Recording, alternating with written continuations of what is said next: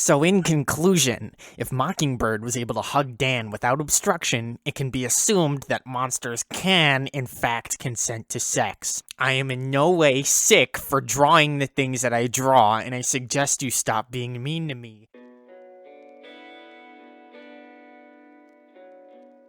It's the dawn of a new day, the start of a new chapter, and we all know why we're here, so let's just get to work.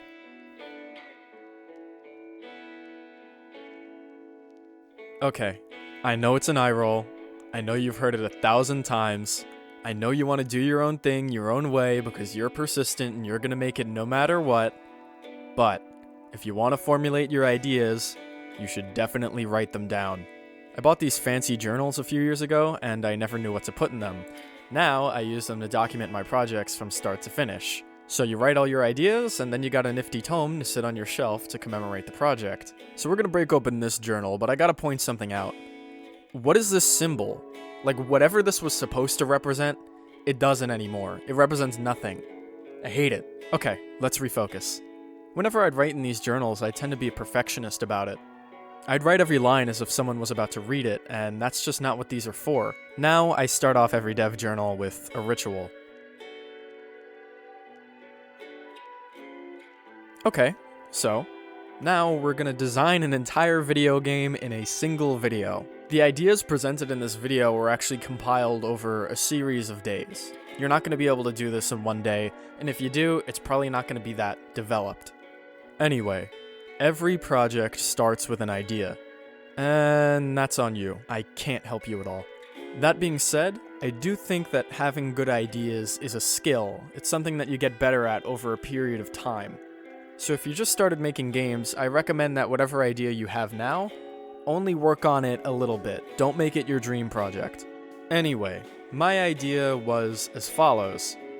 First off, every game I made so far required me to program an entirely new engine. If I made a solid engine from the start, I could use it for a wider variety of ideas. Maybe a game with sequels or episodes. A tile-based game would lend itself well to this, since we could reskin our own assets in creative ways. In the past, I planned out a game where a player character would go on several self-contained adventures before. I've also had the desire to create a series that imitates short horror stories. What about a man who explores dreams?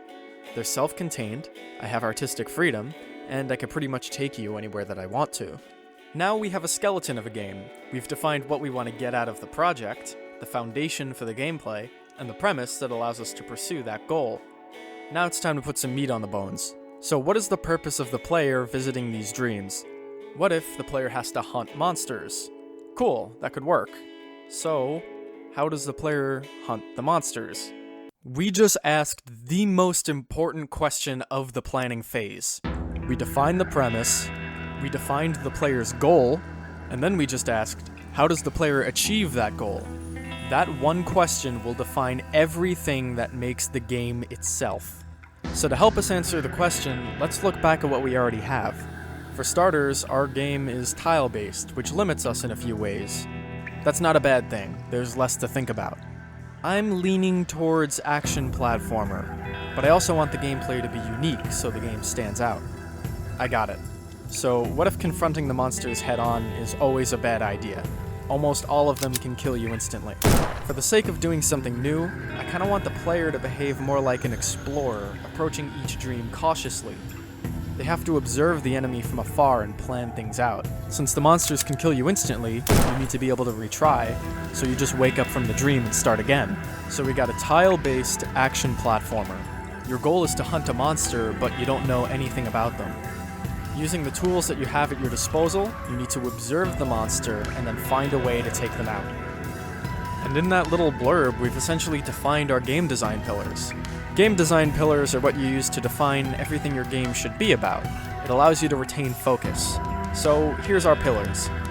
Destruction and creation, picking up and destroying tiles.